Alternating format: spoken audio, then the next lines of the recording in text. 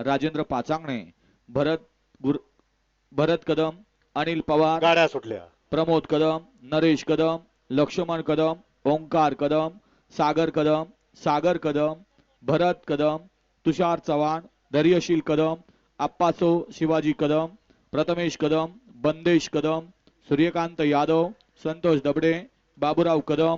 बाबूराव पाचांगणे, विश्वास पाचांगणे, श्रीकांत कदम, अतिशय नितीन कदम, सुंदर युवराज अशी यादव, लढत मोहन झाली. कदम, शहाजी कदम, रोहित कदम, संतोष कदम, सोमनाथ कदम,